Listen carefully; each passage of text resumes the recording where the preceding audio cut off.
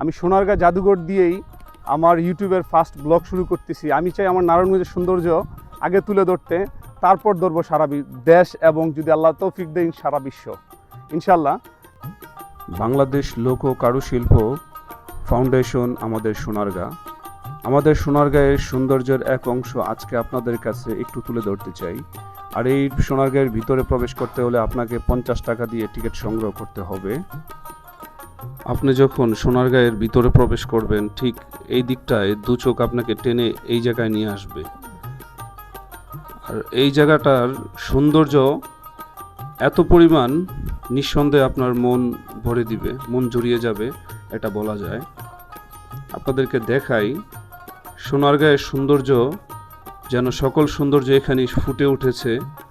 আর বিকেলবেলা তো এই জায়গাটার পরিবেশ আরও সুন্দর, আরও দৃশ্য আরও সুন্দর হয়ে ওঠে যখনই বিকেলের সূর্যটা এই দিকটায় পড়ে, এই দিঘির পাড়ে।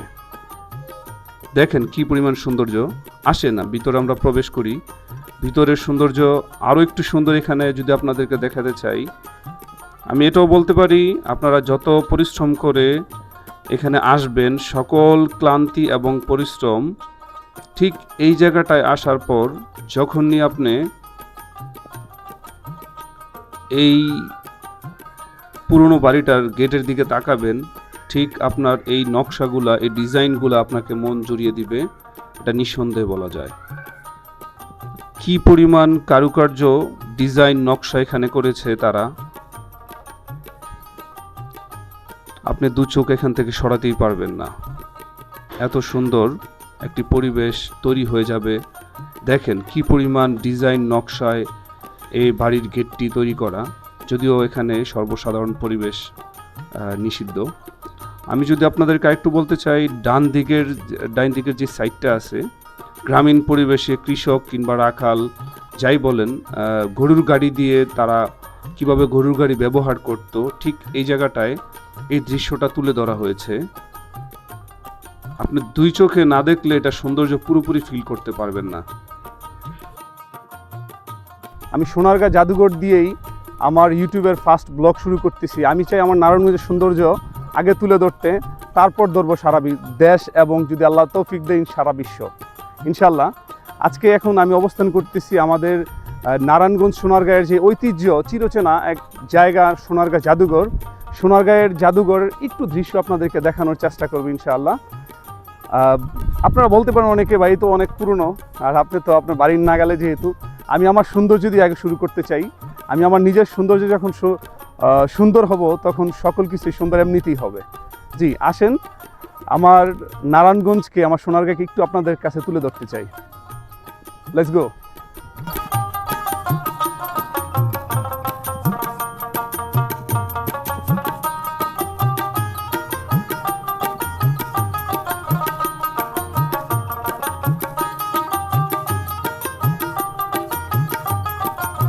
আমার জন্মের পরে যে আমি কতবার আসছি সোনারগাঁয়ে তা আমার নিজেরও মনে নেই। আমি অসংখ্যবার আসছি, যতবার আসি ততই ভালো লাগে। এ হচ্ছে সোনারগাঁ জাদুঘর নামে পরিচিত আমাদের নারায়ণগঞ্জ সোনারগাঁয়ের এক ঐতিহ্য, এই বাংলাদেশ লোকশিল্প ফাউন্ডেশন, এটা আমাদের সোনারগাঁ।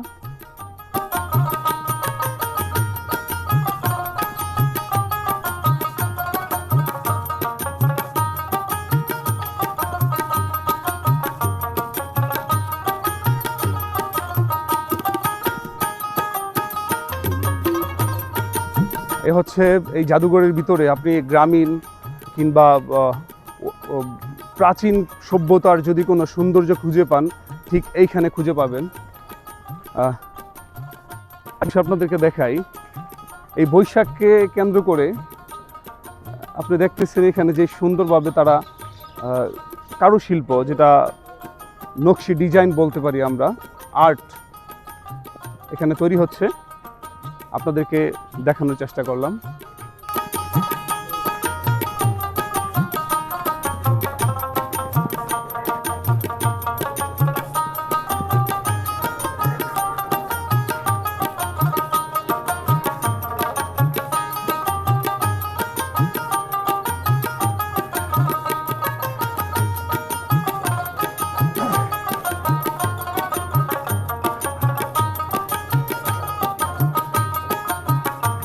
এখানে আপনারা দেখতে পাবেন গ্রামীণ দৃশ্য, মানে দেখতেছেন আপনারা এখানে একটা দরজা, এটা খুবই নকশি ডিজাইনের একটা দরজা। এই প্রাচীনকালের, যদিও এমনটা হতে পারে এটাকে নতুন করে তারা সাজানো হয়েছে।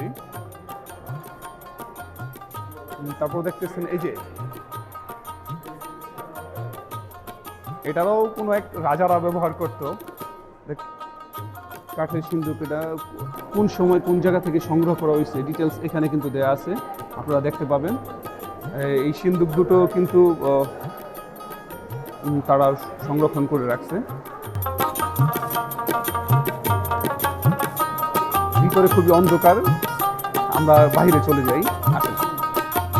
বাংলাদেশের লোককারুশিল্পের কিছু ইতিহাস এখানে তুলে ধরা হয়েছে, কোথায় কি তৈরি হয়েছে, কোন জায়গা থেকে, চাইলেই চোখ বুলিয়ে নিতে পারেন। আমরা কিন্তু এই সাম্পান সচরাচর কিন্তু নদীতে কিংবা সাগর ছাড়া দেখা যায় না। এই সাম্পানকে দেখানোর জন্যে এখানে সংরক্ষণ করা হয়েছে, আপনারা এসে দেখবেন সাম্পান। এই সাম্পানগুলোই কিন্তু আমরা পতেঙ্গা কিংবা কক্সবাজার কুয়াকাটাতে গেলে দেখতে পাই, যদিও এটার আকার অনেক ছোট।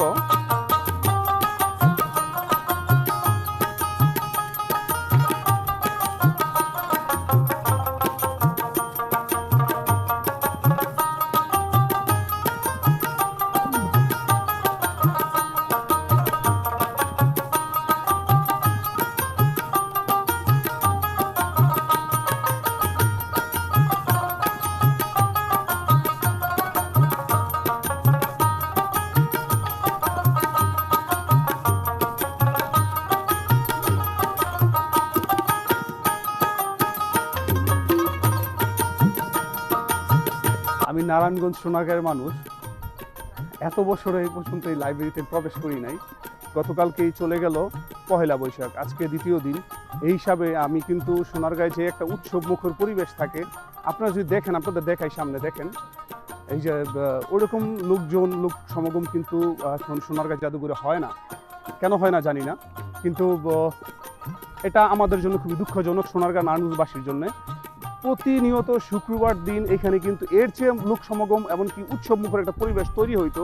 আজকে বৈশাখের দ্বিতীয় দিন, ওই হিসাবে কিন্তু আমাদের সোনারগাঁ একেবারেই বলা যায় মৃত পর্যায়ে চলে আসছে। কেন, এটা কেন, আপনাদের কাছে প্রশ্ন রেখে গেলাম।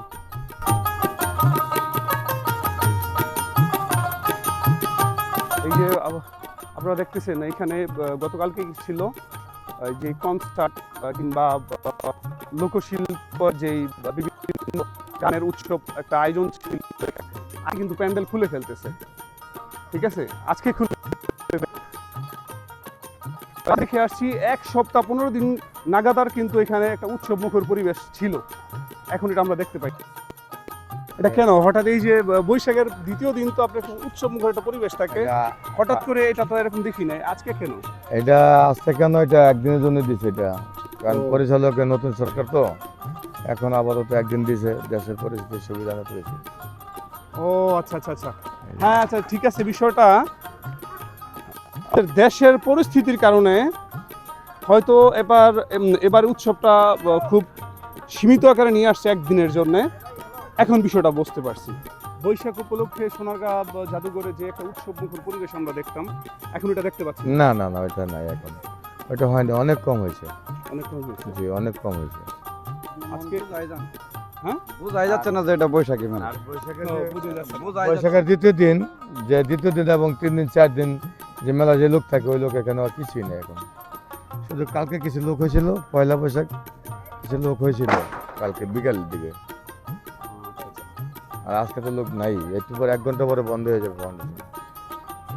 ও আচ্ছা আচ্ছা, তো 6টা 7টা পর্যন্ত, আগে 8টা পর্যন্ত ছিল, 10টা বন্ধ মেলার থাকতো, দিন। আগে 10টা বন্ধ থাকতো, 10টা বন্ধ থাকতো। বোঝাই জানা যে বৈশাখী। এটা আসলে মূল কারণটা কিন্তু আমরা এখন বুঝতে পারলাম, দেশে যেই জ্বালানি সংকটের পরিস্থিতি, এইটার কারণেই মেলাটাকে এবার খুব সীমিত আকারে নিয়ে আসছে। তো যাক, সরকার যে পদক্ষেপ দেশের জন্য নিবে, আমরা সেটাকেই আমরা সাপোর্ট দিই, সাধুবাদ জানাই। ঠিক আছে, আলহামদুলিল্লাহ। আমরা আসছি আজকে, আমরা সোনারগাঁ জাদুঘর ঘুরবো, দেখবো। আর এটা দেখার মতো, ঘুরার মতো তেমন কি আর আছে। আমরা যেহেতু এই নারায়ণগঞ্জের সোনারগাঁয়ের ছেলে, জি আপনারা আমি মনে হয় আসেন। মেলা যেহেতু সীমিত আকারে এখানে আছে, এখানে মেলার কিছু দোকান পোশাক এখানে দেয়া আছে, আমরা ওইখানে চলে যাই। আরেকটা বিষয় আপনাদেরকে দেখাই, এখানে কিন্তু বাচ্চাদের জন্য বিভিন্ন রকম আপনার রাইড আছে। এখানে কি দেখতেছেন, ঘোড়া,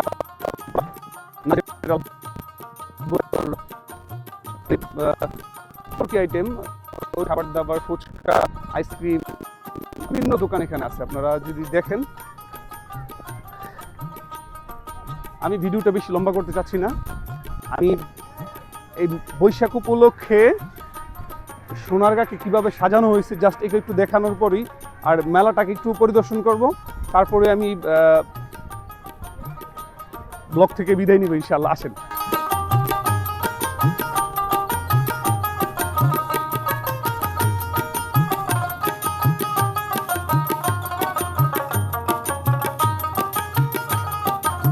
দিন আবু বকর সিদ্দিককে নিয়ে আসলাম সোনারগাঁ জাদুঘরে। খুব ভালো লাগতেছে। পহেলা বৈশাখকে কেন্দ্র করে সোনারগাঁ জাদুঘর খুবই সীমিত আকারে এবার সাজানো হয়েছে। আপনারা যদি দেখেন, এই মাঠটার মধ্যে চারিপাশেই দোকান পোশাক বসছে। আমি খুবই অল্প সময়ের মধ্যে আমাদের সোনারগাঁ যেই লোকশিল্প জাদুঘর, যে সোনারগাঁ জাদুঘর, সেটাকে আপনাদের একটু দেখানোর চেষ্টা করলাম। আমি আমার উদ্দেশ্যই প্রথম ছিল, আপনাদেরকে বলছি, আমি নারায়ণগঞ্জের সৌন্দর্য দিয়েই আমি আমার ফার্স্ট ইউটিউব ব্লগ শুরু করতেছি। আমি সাপোর্ট চাই। প্লিজ আমার চ্যানেলটি যারা দেখতেছেন, প্লিজ সাবস্ক্রাইব করবেন। সোনারগাঁ জাদুঘর একটা নতুন একটা কি বলবো, একটা ব্রিজ হইতেছে, খুবই চমৎকার এবং খুব সুন্দর। এখনো ওইটা পাবলিক মনে হয় করা হয় নাই, একটু দেখাও তো।